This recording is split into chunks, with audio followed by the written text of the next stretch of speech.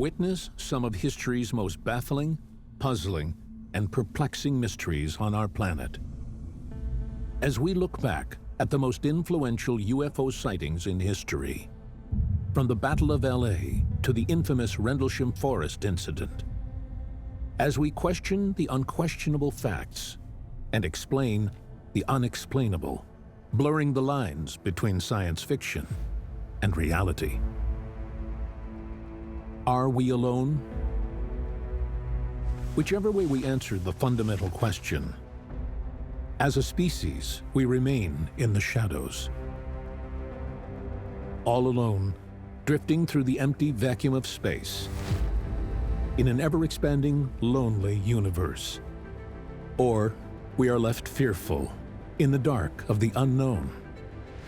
As 5% of unexplainable flying object sightings suggest, extraterrestrial beings, advanced and powerful enough to traverse the cosmos, may already be within our atmosphere. The idea has permeated through our science fiction and popular cultures for decades, pushing ufology through an age of ridicule and entertainment. Sightings of unidentified lights in the sky date back as far as ancient Egypt, where fiery disks were seen floating across the sky. As technology progressed through the ages, our understanding expanded. Most sightings can be explained away as lights from aerial vehicles, lighthouses, airports, and bizarre or common natural phenomena. A small fraction remains unidentified. This small fraction leaves humanity with an unanswered question, which questions the very fabric of existence as we know it, challenging our own understanding and perception of the order of the cosmos. Conspiracies built on secretive government cover-ups and creative hoaxes has sent ufology into the realm of disbelief. Forget your biased beliefs and confront your fundamental understanding. Are we alone? One thing is for certain. We definitely don't know.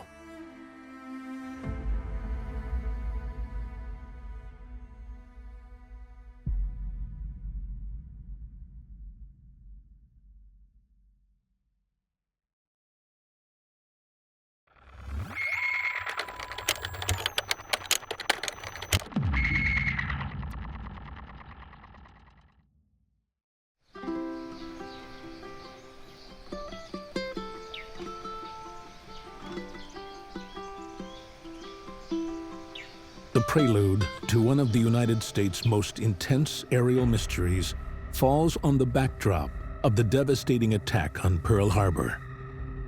Explanations range from birds and blimps to Japanese planes, even visitors from another world.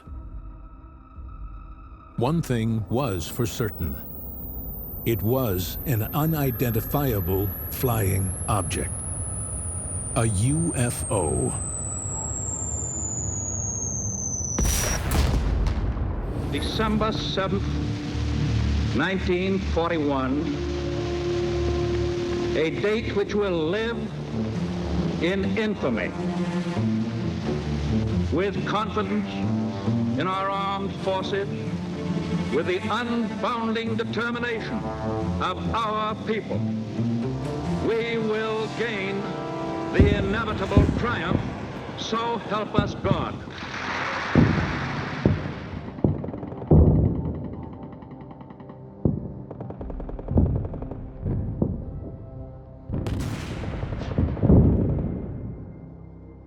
Reports of strange flying objects in the sky are older than the United States. Some of them reported in scientific journals that date back to the 16th century, but they've usually been classed with Loch Ness monsters and relegated to the Sunday supplements, until World War II showed us that some of the most fantastic dreams can be very real, like atomic bombs, for instance. And since the close of the war, hundreds of reports of strange objects in the sky have been filed with the Air Force, and most of them have been easily explained. Experimental jet aircraft, weather balloons, reflected ground lights, unusual cloud formations, and so on. February 23, 1942. The sighting of a Japanese submarine off the coast of Santa Barbara, California, heightened fears of a mainland invasion. As the sun set, the shelling began. February 24th, 1942, 7:18 p.m. That evening, warnings of a further invasion by naval intelligence put much of the Los Angeles coastline under yellow alert. Tensions eased over the next few hours, prompting a white alert to be issued. February 25th, 1942, 2:25 a.m. Air raid sirens penetrated the night silence. Radars pinpoint an unidentified flying object approaching the metropolis, forcing a blackout. LA descended into darkness as the gunners prepared for the invasion. You almost expect at any moment to see something unusual come out of the haze toward us. It's a well-known story within UFO history. Anti-aircraft guns went into action against unidentified aircraft in the Los Angeles area shortly after 3 a.m. Pacific wartime this morning. The anti-aircraft guns began barking during a blackout ordered by the 4th Interceptor Command at 2:25 a.m. The unidentified object, which some sources thought might be a blimp, moved slowly down the Pacific coast from Santa Monica and disappeared south of Long Beach. They spotted an object in the sky over Los Angeles, an oval object. So people thought, here we go, we're going to be attacked by the Japanese. They had anti-aircraft batteries at the ready, and off they went.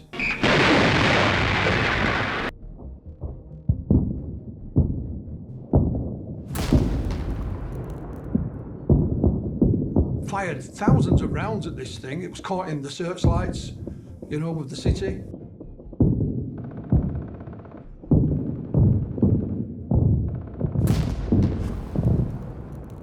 And of course, it's gone down in UFO law because there was no attack ever on the mainland of the United States by the Japanese. So some people said, well, perhaps this oval-shaped object was a UFO. Well, this made headlines in the newspapers. And the reason it didn't get hit is because it's not of this earth. Captured by a Los Angeles Times photographer, the famous photograph gave history a glimpse of the source for LA's most frightening air raid. Black and white picture. You see the searchlights all converging on an object in the sky. There's some anti-aircraft fire around it. And it looks like when the searchlights, you know, are all linked together, all come together, that there is some kind of object within it. That's fueled speculation as to what it may or may not have been.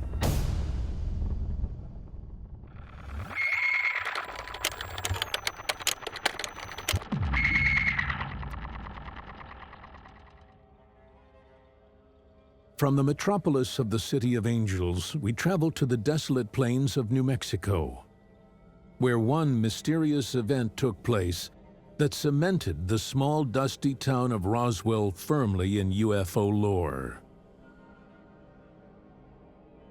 This is the Roswell Incident, a case steeped in mystique, riddled with government cover-ups, and almost lost to history. It is known as the Cosmic Watergate even today. Even the skeptics will agree that something crashed at Roswell. There's no denying. The Air Force agrees that something crashed there. It's a question of, you know, we have to support it. We expect the cowboys and Indians to come riding past. It's rocks, sand, cactus. The townsfolk have a saying about Roswell that it's 200 miles from nowhere, and it pretty much is.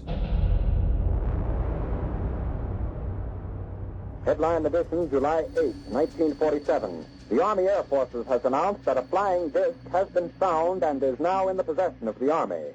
Army officers say the missile, found sometime last week, has been inspected at Roswell, New Mexico, and sent to Wright Field, Ohio, for further inspection. What they recovered was supposedly a vehicle not of this world, a flying saucer. The airbase that was just outside of the town was the Roswell Army Air Force. The Army and the Air Force were one group in those days. There are claims that Roswell was a significant place for an alien spacecraft to be in action on this planet, because it was the home at that point of the 509th, which was the only squadron, airborne squadron, trained to drop nuclear weapons on the face of the Earth. They were the ones responsible for the atomic bombs during the Second World War, although they weren't flown out of Roswell.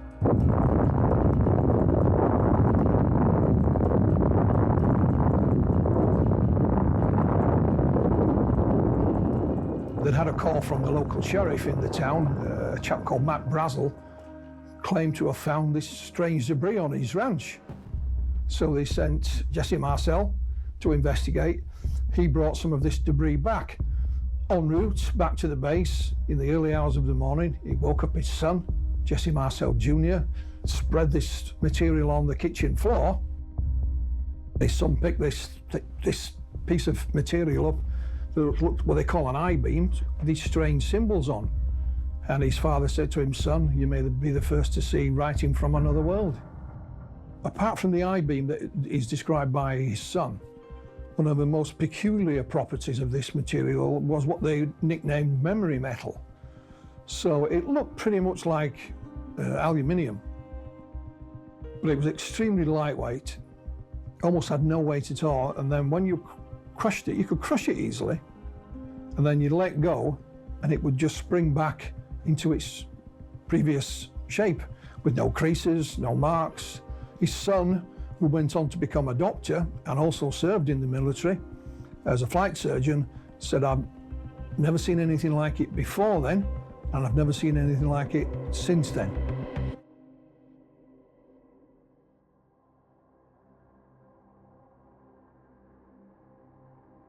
Now, for whatever reason, Roswell Army Air Force did issue an official press release saying that they had discovered a flying disc on a rancher's land, and some of it was being sent to higher headquarters. That particular press release went around the world.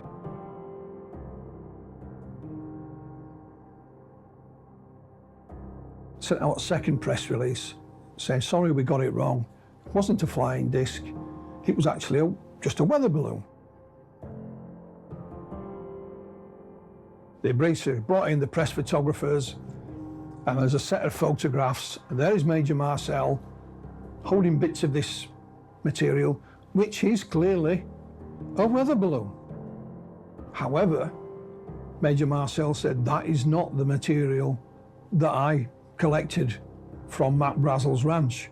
The allegation is that they did somehow a swap. The peculiar thing is that Major Marcel was quite well qualified to identify weather balloons, because they used to launch weather balloons from their own base every day because they needed to know the weather, because they had aircraft in and out of there. And it was only, I think, 2 months before this incident, he'd actually been qualified to do this work. He knew a weather balloon when he saw it, and he was adamant until his dying day that the material he collected was certainly no weather balloon. What really happened in Roswell? The truth may just be more bizarre than fiction. The answer is coming up.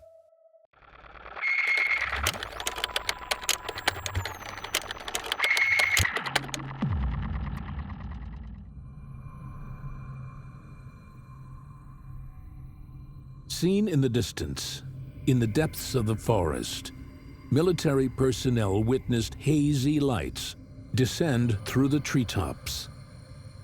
Unbeknownst to the men involved, the chance encounter in the few days following Christmas in 1980 became the most famous, highly polarizing, and deeply investigated UFO encounter in British history. Was it a hoax? Or were we really visited by beings from a distant star system? This is the Rendlesham Forest Incident.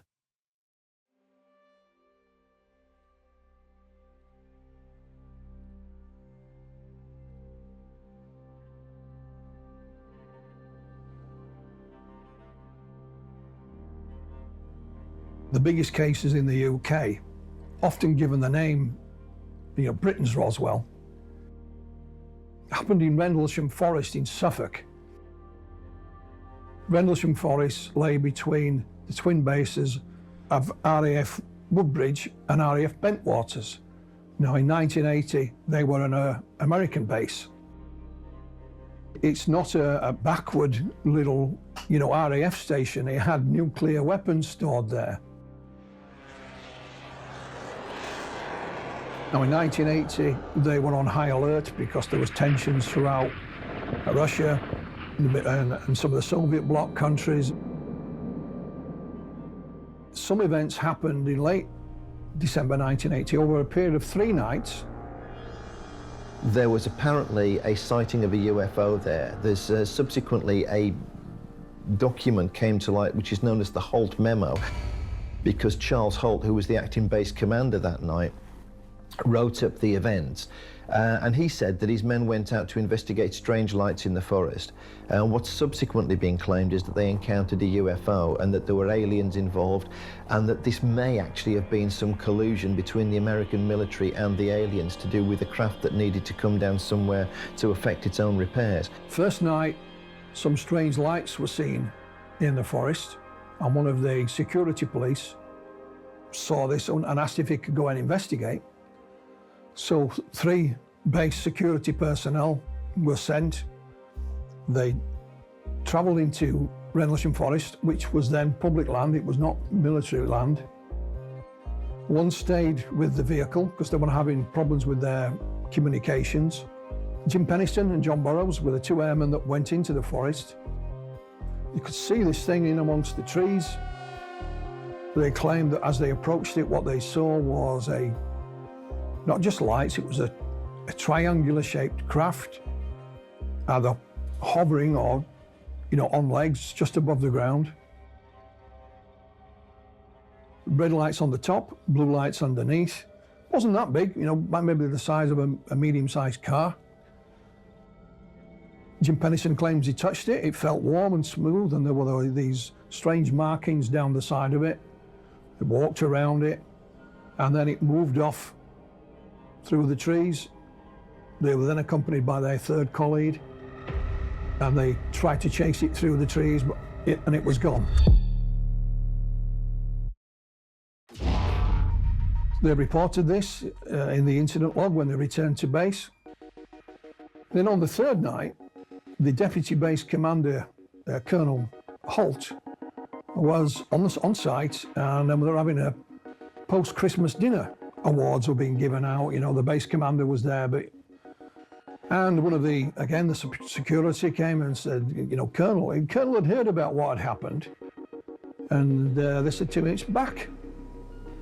What's back? This is the UFO. So the Colonel thought, I'll take some men into the forest and I'll do away with this nonsense. Now, he wasn't in military uniform at the time, so he went and got changed first, picked up his small tape recorder, a little handheld thing, selected a few men, off they went. First problem they had these sort of diesel-powered lights, they're called light-alls, and they wouldn't work. They were arguing that there was no diesel in them, but of course they were full. So they proceeded into the woods, into the forest. The Colonel was first taken to the location of the first night's encounter, and one of his colleagues had brought a Geiger counter along with him, and he waved it over the area, and they got higher readings, not dangerous, but higher readings where this object had supposedly been. They looked up in the tree canopy. It looked as if the branches were broken because the trees were quite densely packed. Looked like something had descended through the trees. Then out in the distance, the Colonel could see this red-orange light, not high in the sky, but low down. So it looked almost like an eye blinking at you. And all the while he's recording. Approximately 0125 hours. The indentations look like something twisted as it got, as it sat down on them. Looks like someone took something and sat it down and twisted it from side to side. Very strange. Hey, this is eerie. What do the odd spots? This is strange. Here, somebody want to look at the spots in the ground? This is 148. We're hearing very strange sounds out of the farmers' barnyard animals. They're just very, very active, making an awful lot of noise. They came to the edge of the forest, and then there was a farmer's field. Beyond the field was the farmhouse, and he said this orange thing was in the field. And it was so bright it lit up it reflected off the glass in the windows of the farmhouse, and it made the farmhouse look like it was on fire. The light is gone now. It was approximately 120 degrees from the site. Is it back again? Yes, sir. Oh, dash flashlights in. Let's move out to the edge of the clearing so we can get a better look at it. See if you can get the star scope on it. The light's still there, and all the barnyard animals have gotten quiet now. Yeah, we're heading about 110 to 120 degrees from the site out through to the clearing now. Still getting a reading on the meter. About 2 clicks. Meter's jumped 3 to 4 clicks, getting stronger. Now, some people have said what the colonel and his party were looking at was the lighthouse. There's a lighthouse out on the coast at Orford Ness. The colonel said, I could see the lighthouse as well as this. I knew what the lighthouse looked like anyway, and this thing was in the field. Okay, we're looking at the thing. We're probably about 200 to 300 yards away. It looks like an eye winking at you. It's still moving from side to side. And when you put the star scope on it, it sort of has a hollow center, or a dark center. It's like the pupil of an eye looking at you and winking. This thing moved closer to them. They all got a bit edgy, and then it burst and it was gone. When they looked, somebody notified the colonel, and there was 3 or more objects in the sky.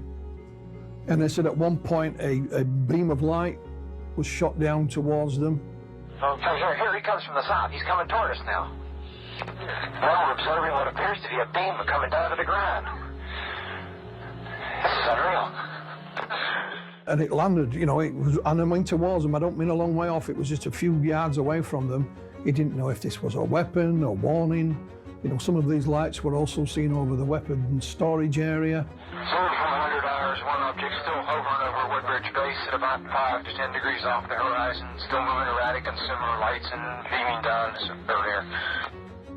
So they chased these lights through the forest for a couple of hours or more. And then he thought, well, I'm wet. There's nobody come, He expected that there might be an aircraft intercept or a helicopter, or nothing, nobody. So decided to return to base. He reported it to his commanding officer. He was later asked to write a memo, which was just a 1-page thing that he wrote. And he sent that to the Ministry of Defense. Unbeknown to him, the Ministry of Defense sent one to the United States Air Force. And a few years later, that memo surfaced in the United States under the Freedom of Information Act, and the story then was made public. The colonel himself would never wanted anything made public, but once it was made public, more of those on site came forward. There is no doubt these people were genuine. There is no sense of a hoax or anything like that at all. He has no idea what it is. He's gone on the record, he's written an affidavit, as have many of the other airmen that were involved as well.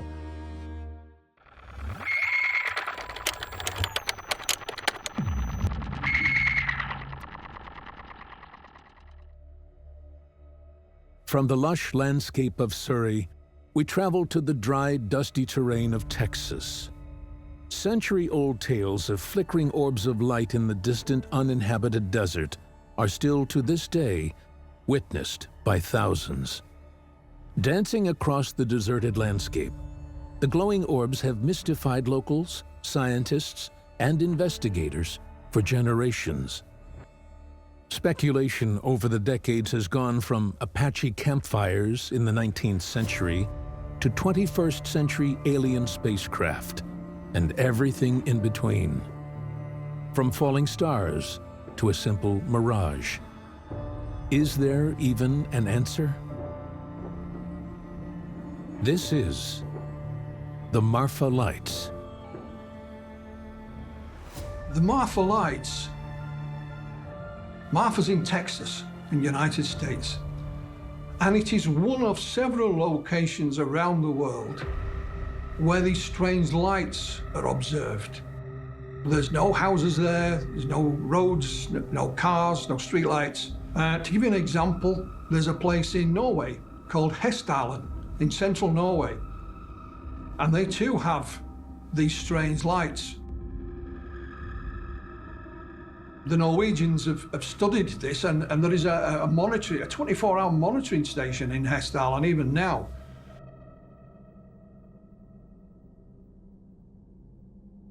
In Australia, they call them the Min Min lights. In the UK, they've got various names, but they generally go under the term of the spook lights.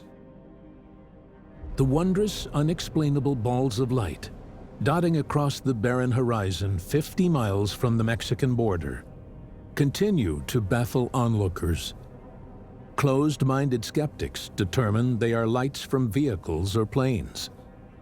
A stark contradiction to witness records dating back to 1883, when that was inconceivable.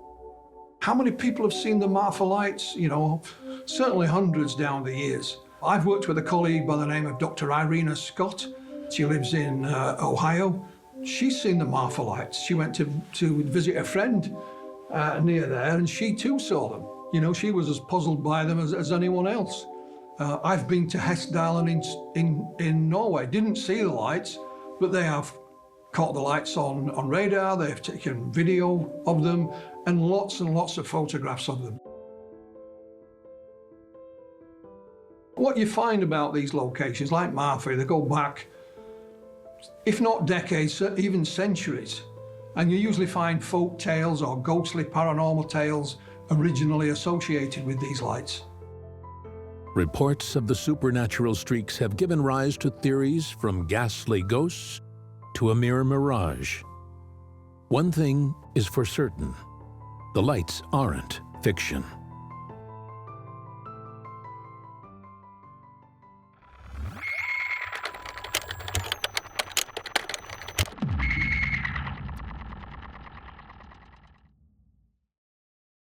What was the catalyst for the Battle of LA and the largest barrage of anti-aircraft fire from American soil? This is, you know, downtown Los Angeles. You know, high above it, there must have been thousands, if not tens of thousands of people who at least saw some part of it that night. You know, by its very nature, with the searchlights and the anti-aircraft fire, you couldn't hide it. The civilians in Los Angeles panicked somewhat. They thought this was an attack by, you know, the armed forces of Japan. The barrage of artillery fire on the UFO damaged several buildings and vehicles and brought the death count up to 5. The LA chaos brought on 2 heart attacks and 3 fatalities from vehicle accidents.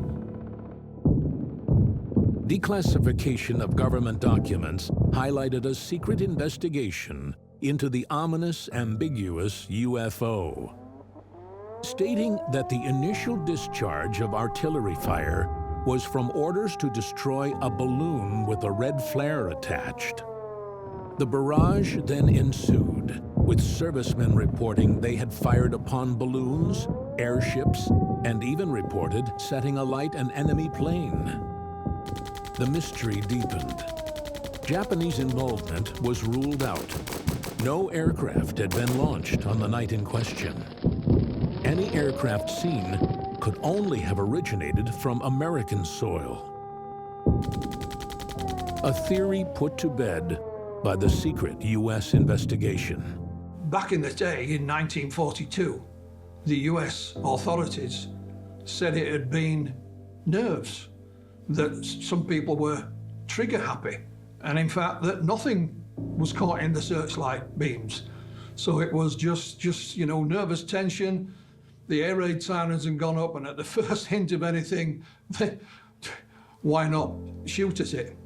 Henry Stimson, the Secretary of War, had a different viewpoint, stating that at least 15 planes had buzzed the city, fueling speculation of enemy agents in commercial aircraft set out to strike fear into the hearts of the LA residents.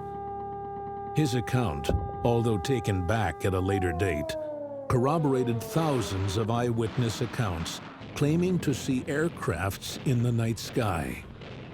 No one had a definitive answer.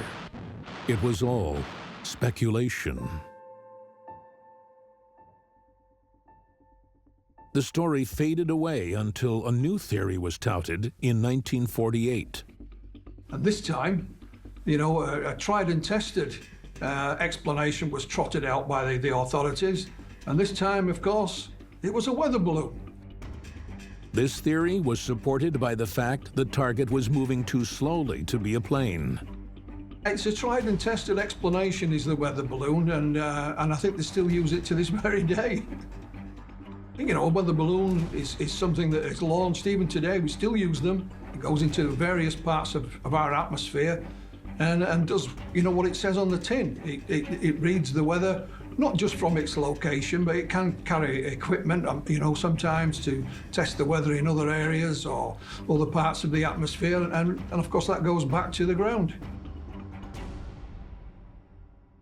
Well, there was thousands of rounds of anti-aircraft fired at whatever this may or may not have been, and of course nothing was shot down. You know, nothing, no weather balloon, no Japanese bomber, no flying saucer, nothing. With all the theories being thrown around, one thing is certain. No one knows definitively what caused it, remaining an enigma for all time.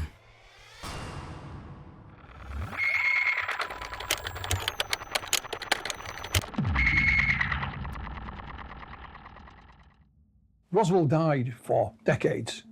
Nuclear physicist Stanton Friedman met quite by chance Major Marcel in the late 1970s. And that's really when the investigation began. In the 1990s, it hit the headlines again for a whole host of reasons. And another investigation took place, this time on an official level. And the United States Air Force provided a huge, great tome, a huge, massive book about Roswell, saying that it was now still a weather balloon, but these weather balloons were part of a secret monitoring device, which was called Project Mogul. Basically, Project Mogul launched some equipment into the higher atmosphere to check for Soviet nuclear experiments, tests. It was discontinued for two reasons. First of all, because it was only limited in its effectiveness, and secondly, because the Americans managed to find better ways of spying on the Russians.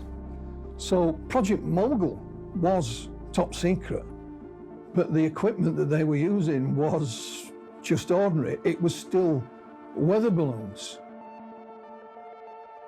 Somebody said, well, according to some of the eyewitnesses that have subsequently come forward, there was also dead bodies found at the crash site. I never talked about it again. I never mentioned it to anybody. Not by Major Marcel, but others. And when they were saying dead bodies, they meant aliens. One theory that differs to the extraterrestrial hypothesis is the speculative involvement of stolen Nazi technology.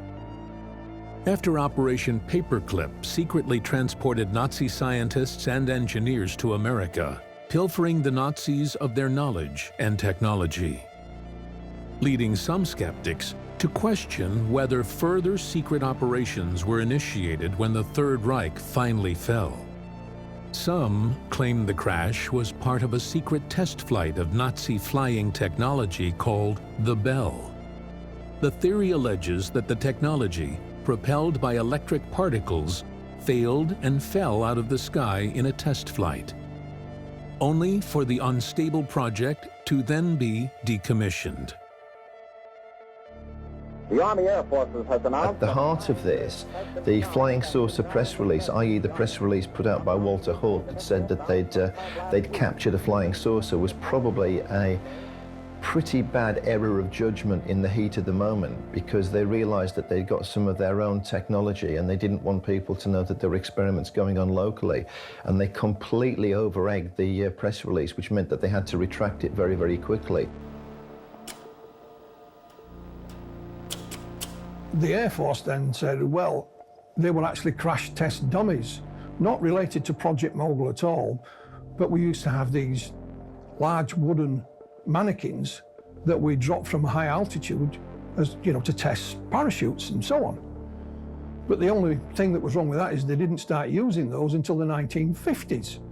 And of course, the Roswell incident happened in 1947. So they got the wrong decade as well. In all, the Air Force had given out 4 different aspects of what this was. First of all, it was a flying disc. Then, no, it was a weather balloon. Then, oh, sorry, no, it was Project Mogul, which was still weather balloons. All the dead bodies were crash test dummies. All we forgot, they were from the 1950s. So they have 4 different interpretations of what happened. That's why, one amongst many reasons why people are suspicious of the official version.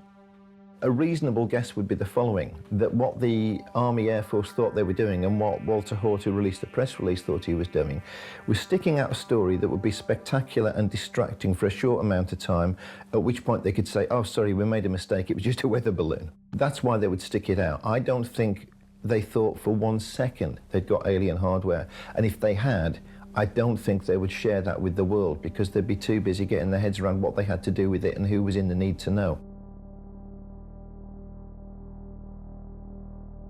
If you think about Roswell, and you think about what initially was recovered, and you go back to what Major Marcel said, it was strange debris. So the story has grown as the decades have gone. So it went from some strange debris found on a farmer's property to what is called the Cosmic Watergate, this huge great cover-up of first contact. Although it was a bit unfortunate for the aliens because they died.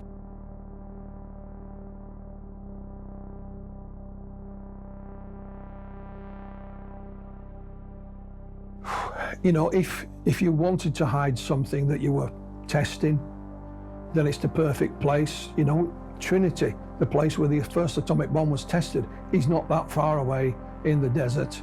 And of course, when they exploded the first atomic bomb, they just told the locals it was a dynamite shack that had blown up. You think, well, if any UFO event has the possibility of being an alien spaceship, then you would put this in that category. So you cannot prove it conclusively one way or another, but I would say the odds lie in favour of it looking like that. I'm truly sceptical about the alien thing, and there are a number of reasons to be sceptical about it. First of all, let's just do a reality check on this. There were lots and lots of UFO books published between the early 1950s and about 1980. And a number of those played up certain cases that were taken to be hugely important and hugely spectacular, including the Betty and Barney Hill abduction case. Roswell's virtually non-existent in those books. There are other crashed saucer cases around then, so I'm skeptical because it just doesn't turn up. No information appears to leak from it. However, you have to keep an open mind. Me personally, I sit on the fence. I believe something peculiar happened there. I don't believe the weather balloon or Project Mogul, it doesn't fit. The evidence that the Air Force have provided doesn't fit. Would not surprise me, however, if it wasn't something that the military themselves were experimenting with that was quite gruesome, hence the reason to keep it quiet. But I don't believe any of the balloon baloney it's called. When it comes to UFO cover-ups, if you think about it from a military perspective, if you are testing something that, for whatever reason, strays into an area where it comes in contact with the public, the general public, then the perfect cover-up is to call it a UFO, because people would go running around looking for something that simply didn't exist at that time. And in reality, it was something that the military had been messing with. The authorities in any country, it is their duty to keep secrets in the first place. That's part of what they do. So they can keep things very secret. Things happen that shouldn't. It would never surprise me if there's some of the UFO events that we perhaps look at in different parts of the world are not something that's man-made and has gone not as planned, shall we say.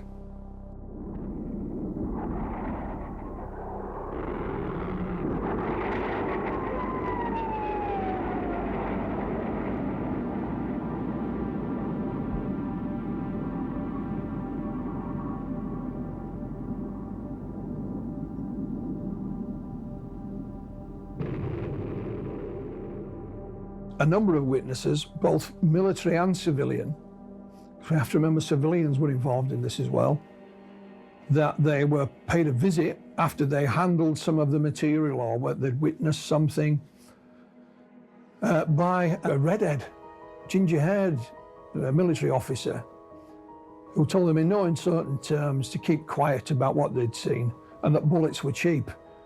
You know, someone might find your bones in the desert, that kind of thing, veiled threats.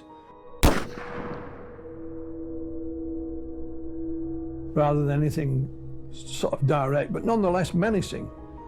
And that has put some credence with the argument that if it was a balloon, why would they need to threaten you about finding it? Again, there isn't just one or two, there's a number of eyewitnesses have said they had threats of one kind or another.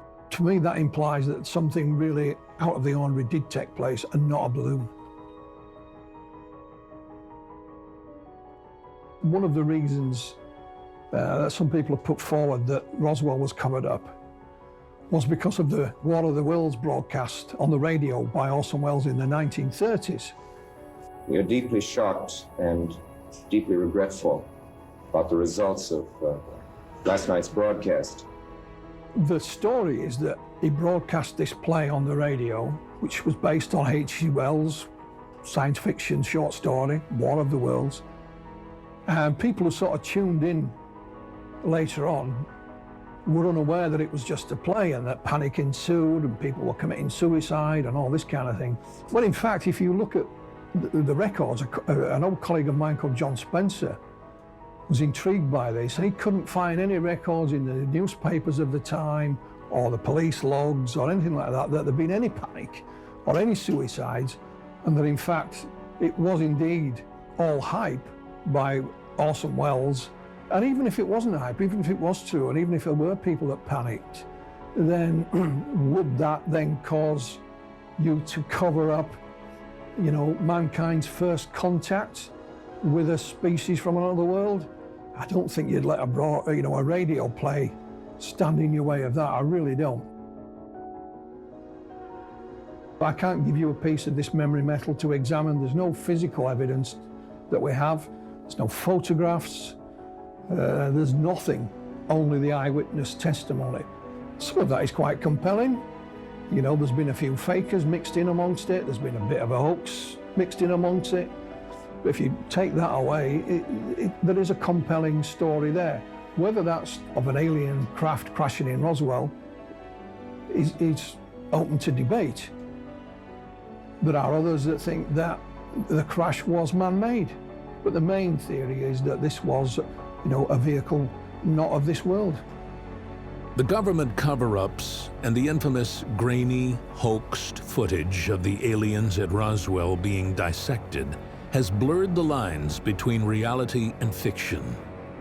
Something did crash in the desert of New Mexico in 1947.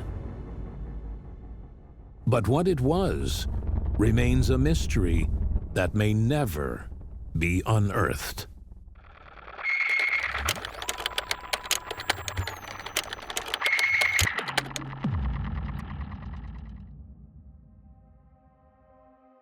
In the world of British ufology, no case is more enticing than the incident at Rendlesham Forest.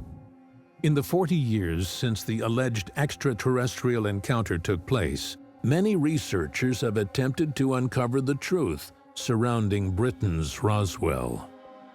Investigations into the event has given rise to both skeptical and scientific conclusions, riddled with their own contradictions. What gave off these strange lights?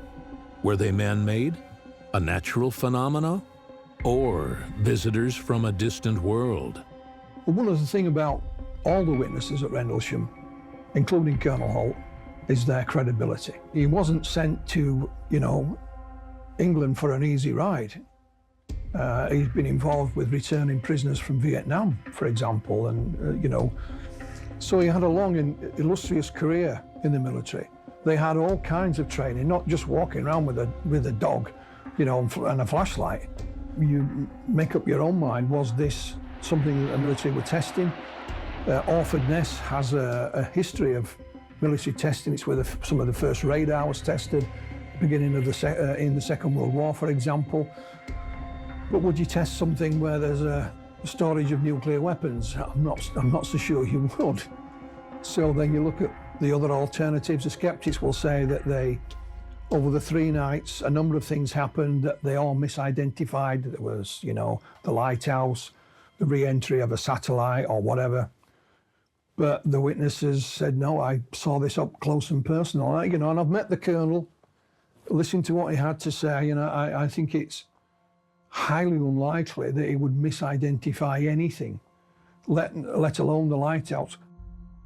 He went to speak to the lighthouse keeper.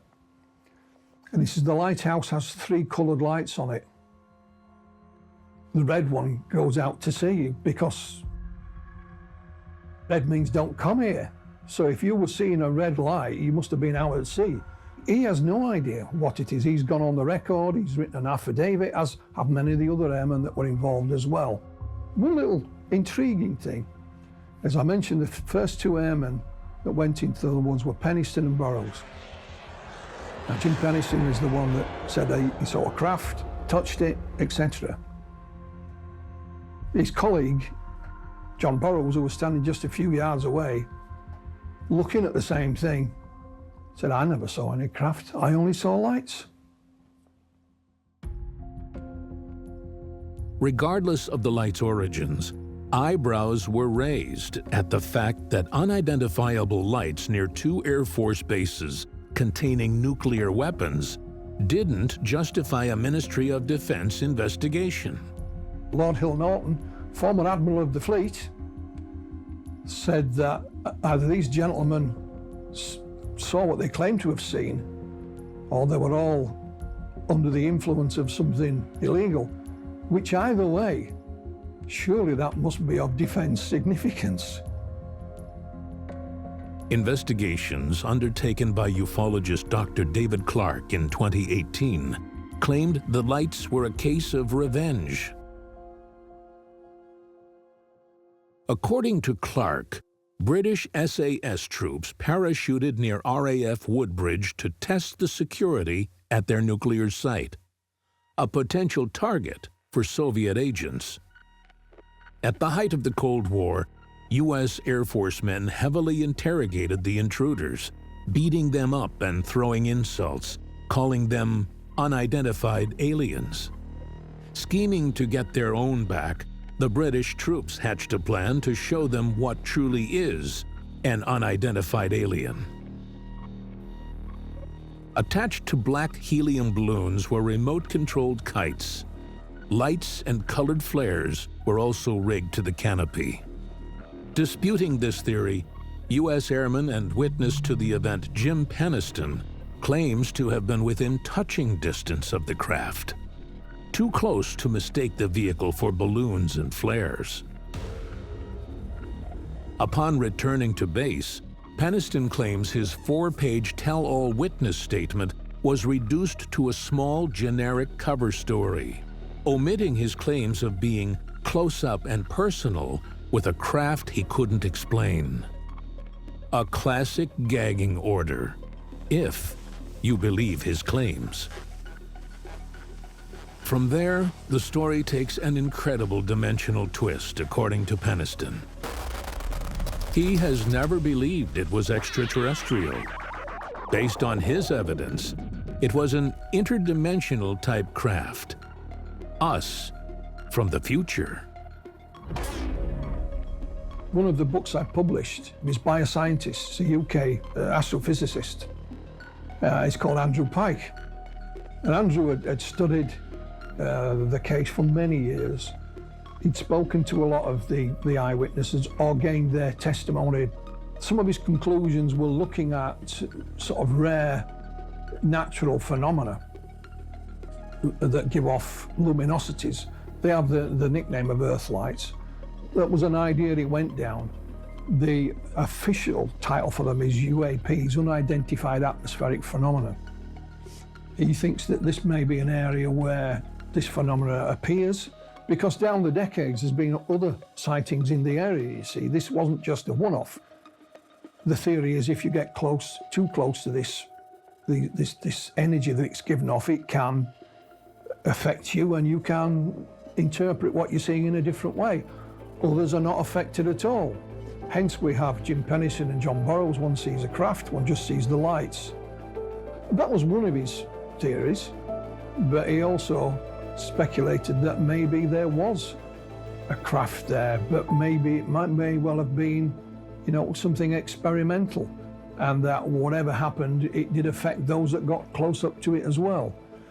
But the thing about Andrew is the only scientist to officially go on the record and write about this incident and look into it in a serious manner. He's not a debunker, he's not a skeptic or anything like that. He just wanted to know. So his ideas should be welcomed, but it certainly provided food for thought. With no hard evidence apart from the audio tape, written affidavits, and potentially falsified witness statements, conclusions on the incident remain as theories. Undoubtedly, we may never know the truth, the real truth.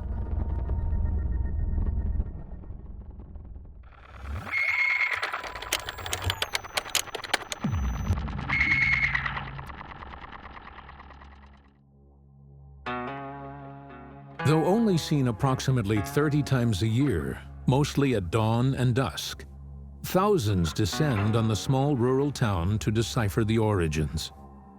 The unexplainable lights have driven many to conduct scientific research in an attempt to explain the unexplainable. Well, originally, of course, it was fear and superstition that was, that were accountable. Ghosts, phantoms this, phantom of that. As we moved into the 20th century, perhaps they were phantom airships, and as we moved further into the century, perhaps there were beings from another world. But basically all you're seeing is lights, and it depends on your own perception as to what you make of them. Studies have been done at various locations. As we mentioned previously, the Ministry of Defence in the UK did a study on UFOs called the Condign Report, and it came to the conclusion that UFOs were unidentified atmospheric phenomena. In other words, strange balls of light, they call them plasmas. So the number of scientists and scientific studies claim that these could be, as yet, an unidentified type of aerial phenomena, natural. This phenomena was first recognized in the late 1970s by Persinger and Lafreniere. Earth lights appear in many shapes, sizes, and colors, but some have been tracked moving against the wind at phenomenal speeds, adding to the growing mystery of what causes these supernatural spectacles. One causal theory put forth by Michael Persinger, who coined the phrase anomalous luminous phenomena, is the tectonic strain theory. The theory suggests that stresses and strains beneath the Earth's crust create a natural event which causes the lights. The effects of magnetic disturbances in the region can also hinder the integrity of these observations, making you see odd movements and unusual colors.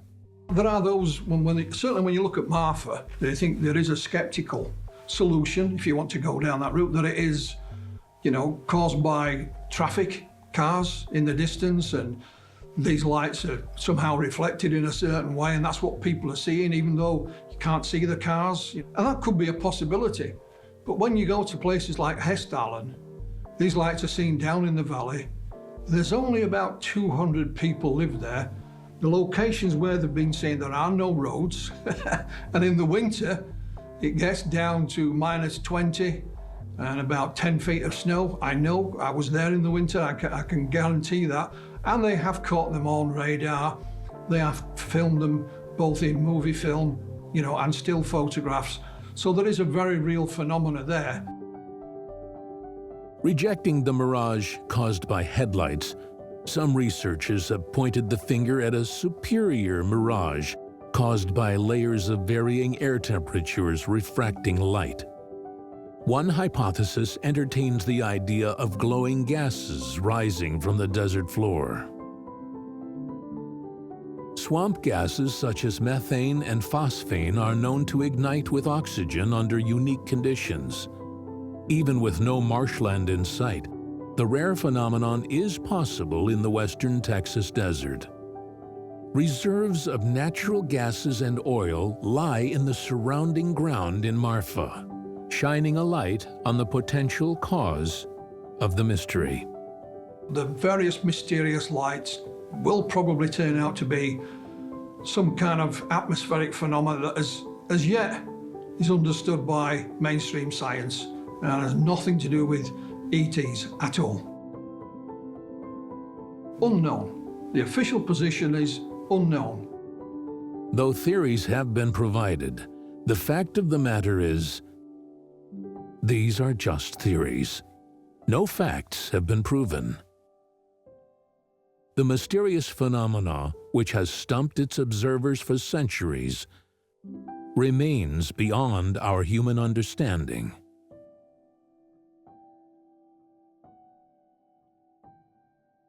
For now.